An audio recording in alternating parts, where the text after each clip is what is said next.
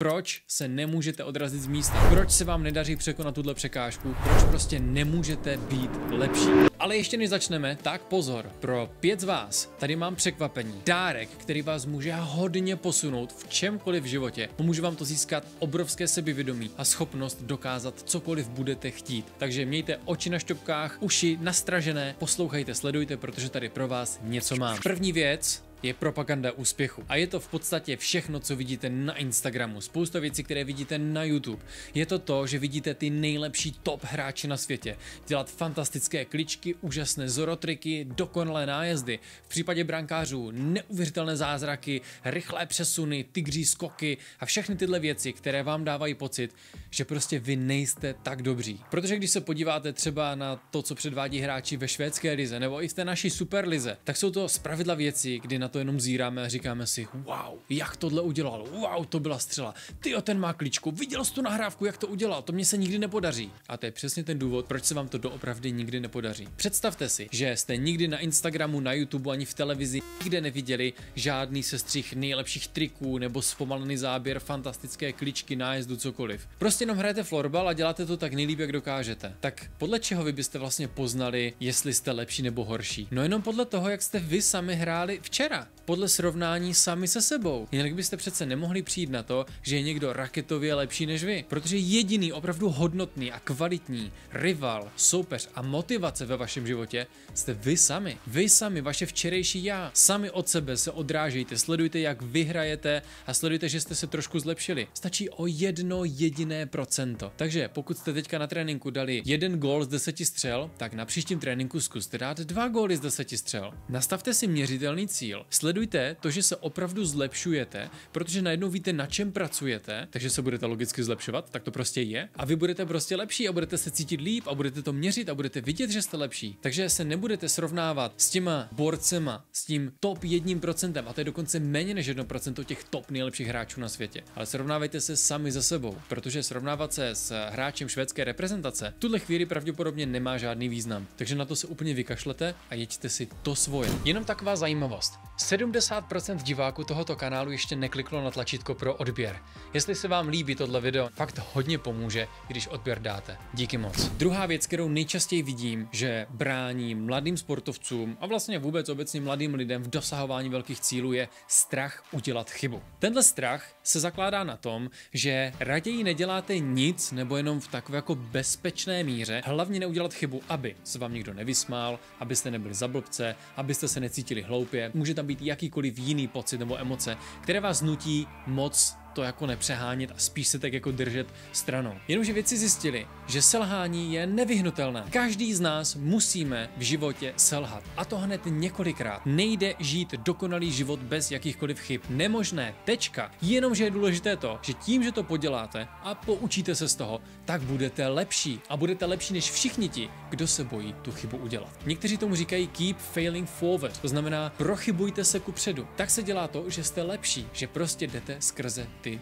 chyby. Zároveň vědci zjistili, konkrétně Angela L. Duckworth a Martiny P. Seligman, že studenti, kteří jsou méně inteligentní, ale mnohem více studují, dosahují lepších výsledků. A teď pozor, převeďme to na cokoliv v našem životě, třeba na ten náš florbal. Vy se možná srovnáváte s někým, kdo má talent, nějaký spoluhráč, který mu to mega jde, je fakt strašně dobrý. Jenomže vy ho můžete překonat a nebude to trvat tak dlouho. Když budete trénovat víc, usilovněji, koncentrovaněji a budete si nastavovat cíle toho tréninku, co chcete zlepšit, kam se chcete posunout, tak vy prostě budete jednoho dne lepší, protože vy to odedřete, odmakáte. A tak to je v jakémkoliv sportu, tak je to ve škole, v jakémkoliv předmětu, protože když chcete a budete na sobě pracovat, tak budete lepší než kdokoliv, kdo má talent, ale zas tak moc se nesnaží. Tady v tomhle experimentu zjistili, že studenti, kteří právě hrají méně počítačových her, chodí méně na party a méně v podstatě ztrácí čas děláním něčeho, co nemá žádný cíl, tak se víc věnovali právě studiu a to je dovedlo k tomu, že měli lepší výsledky. Takže talent je předpoklad, ne záruka úspěchu. Kašlete na talent, makejte a budete lepší než ti, co mají talent a kašlou na to. Samozřejmě je strašně silná zbraň, když máte talent a ještě na sobě makáte, tak potom z vás může být super hvězda. Jenomže spousta lidí, kteří mají talent, tak usnou na vavřínech a moc se jim nechce, protože jim to jde samo od sebe a potom skončí. A nakonec u toho sportu nebo u té činnosti vydrží právě ti, kteří to vydřeli z ničeho. To může být třeba i tvůj příběh. Thomasi Edisonovi, jednomu z největších vynálezců celé naší historie lidstva, jeho učitel řekl, že je tak hloupý, že se nedokáže nic naučit. Abraham Lincoln, než se stal prezidentem Ameriky, tak strašně mockrát ve volbách strašlivě prohrál. Totální debakl. Elvisi Presleymu po jeho vystoupení dali klíčky od nákladáku a řekli mu, že radši než by se snažil zpívat, tak by měl radši jezdit s tím nákladákem. On se na ně vykašlal a dokázal to. A úplně stejně Walt Disney. Jeho editor mu řekl, že Walt Disney nemá vůbec žádné dobré nápady. Velmi rychle mu ukázal, že to vůbec není pravda. Je tady potřeba se zapamatovat důležitou myšlenku, kterou řekl Marcus Aurelius. Všechno, co slyšíte, je názor,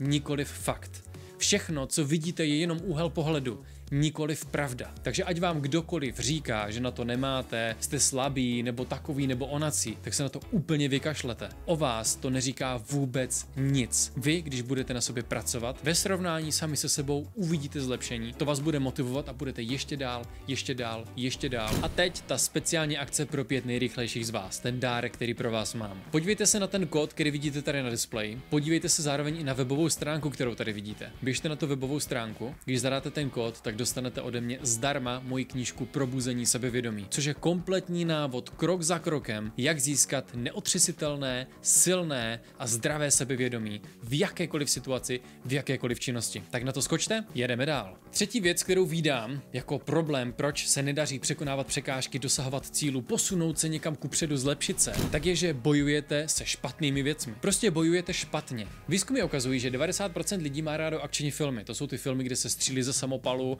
a hážou se granáty a jsou tam kung fu souboje a podobně. Zároveň se ukazuje, že 1,2 miliardy lidí na tomto světě hrají akční hry. No a to nám říká, že my jako lidi rádi bojujeme. A týká se to hlavně nás kluků. My bojujeme ze všeho nejradši, máme to ve své DNA. A víte co? Je to naprosto správně. My jsme k tomuhle určení bojovat. Jenomže vy bojujete se špatnými věcmi. Bojujete s rodiči, bojujete se spolužáky, bojujete s trenérem, bojujete s vnějšími okolnostmi, které nemůžete ovlivnit. To vám bere energii, to vám způsobuje blbej pocit, že to za nic nestojí, že vy za nic nestojíte, že je to všechno úplně k ničemu. Začněte bojovat s tím, co má smysl, co můžete ovlivnit, a to je váš vnitřní svět. Jednoduchý příklad. Máte strach? Skvěle. Bojujte se svým strachem. Vědci udělali výborný experiment, který vám pomůže pochopit, jak to funguje. Právě se strachem. Vystavili lidi, kteří nesnáší pavouky, mají strach z pavouky, tak je vystavili pohledu na živý exemplář, na živého velkého pavouka, takový ten pavouk velký jak moje ruka, tak jako leze někde po stěně. Tak oni vystavili pohledu z blízké vzdálenosti na takového pavouka a řekli jim, aby mluvili o svých pocitech, jaké prožívají. A oni řekli, to je hnusné, mám strach, je to odporné, chce se mi zvracet,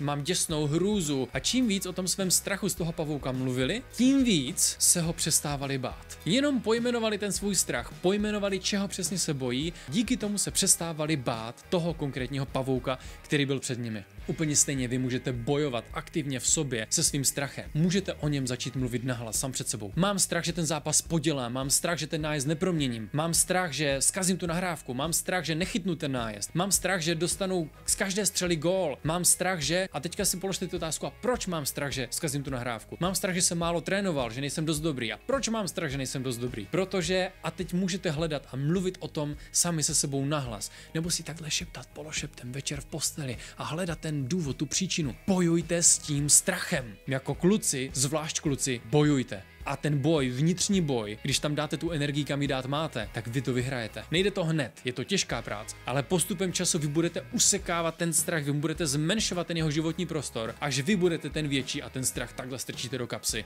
a bude vám úplně ukradený. To je ta síla. A vy tím, že budete vědět, že jste dokázali ten strach zkrotit, tak budete vždycky silnější, protože si pak řeknete, když jsem dokázal přemoct tenhle strach, tak tohle zvládnu úplně v pohodě. A už z tohohle slyšíte, že vás to posouvá k tomu překonávat překážky, být lepší, být silnější, mít víc odvahy, mít víc energie jít kupředu, tak to přesně využijte, udělejte to. Je to ve vás. Bojujte s tím, co můžete změnit tady uvnitř. Existuje filozofie, které se říká stoicismus, to je jedno ze základních pravidel stoicismu je nebojuj s něčím, co nemůžeš změnit. Je špatné počasí, nezměníš. Učitelka má špatnou náladu, vytáhne tě k tabuli a úplně tě zničí, neovlivníš. To, že tě trenér nepostaví do zápasu, neovlivníš, to je jeho rozhodnutí. Tak pracuj na sobě, aby tady tyhle věci a tyhle situace si dokázala zvládnout kdokoliv z vás. To je ten boj, který má smysl a to je ten boj, kde má smysl investovat svoji energii a čas, protože to vás udělá silnějšíma. Ne boj se spolužákama, ne výmluvy, ne omluvenky, ne vykašlat se na to, ne hodit florbalku pryč a říct kašlu na to, za nic nestojím. Ne, musíte být silnější, pokud něčeho chcete dosáhnout. A pokud jste se dodívali až sem, tak vím, že chcete, tak tomu tu energii dejte. A protože si uvědomuju, jak náročný tady tenhle boj je, tak mám pro vás dvě možnosti, jak vám já osobně můžu pomoct. První je ta, že do odkazu pod tímto videem najdete odkaz na webové stránky Charlie Greenberg EU, které dobře znáte, kde máte možnost přihlásit se do Florbal Battlu nebo třeba mě pozvat na svůj trénink a tak podobně. Tak nově je tam záložka, která vám pomůže překonat vaše strachy, která vám pomůže být lepší, která vám pomůže získat sebevědomí. A to buď skrze moji knihu Probuzení sebevědomí, která je v elektronické podobě, vy si ji můžete stáhnout, přečíst si a jsou tam praktická cvičení, praktické kroky a spousta příběhů z mého života, které vám pomůžou překonat cokoliv řešíte, konkrétní návody, velmi jednoduché a praktické pro kohokoliv a v jakékoliv oblasti života. A zároveň případně, pokud byste chtěli jít ještě hlouběji a třeba rychleji, tak je tam možnost konzultace přímo se mnou osobně. Probereme váš aktuální stav, posuneme vás dopředu těma nejlepšíma možnýma krokama, nejlepšíma možnýma technikama a způsobama, protože už dobrých 15 let se věnuju psychologii a pracoval jsem jako terapeut se stovkami lidí, takže vím, jak vám mám pomoct, vím, jaké nástroje vám můžu dát. A zároveň jsem to též udělal třeba i pro Pepu Reapera. A můžete si teďka poslechnout, co k tomu říká on. Ahoj, s Charliem se znám už několik let, ale až nedávno jsme přišli na to, že pracoval jako psycholog, lomeno terapeut. Slovo dalo slovo a jak se lidově říká, když je žák připraven, učitel se vždy objeví. Vznikl z toho lehký mentoring. Jestli i ty cítíš, že tě tlačí někde bota, podívej se na Charlieho stránky a třeba si to zavolá i tebe. Když jsem dokázal pomoct Pepovi, tak dokážu rozhodně pomoct i vám. V tomto videu jsme mluvili o 3 věcech. Za prvé, propaganda úspěchu. Jediný, kým se necháte inspirovat, motivovat a s kým bojujete, je vaše včerejší já, vaše včerejší výsledky. Nikdo a nic jiného. Za druhé, poděláte to. Vědci zjistili, že to stejně poděláte a to je dobře, protože z těch chyb se poučíte a budete jenom lepší. A za třetí jsme mluvili o tom, že bojujete se špatnými věcmi. Začněte bojovat tam, kde to má smysl. Překonejte svoje strachy. Když tyhle 3 věci uděláte, tak rozhodně ve svém životě ucítíte a uvidíte velký pokrok předu, mnohem větší schopnost překonávat překážky a prostě budete lepší. O to tady jde. Napište mi do komentářů, která z těch 3 věcí pro vás byla zásadní a já se na vás těším zase příště. Tak ahoj.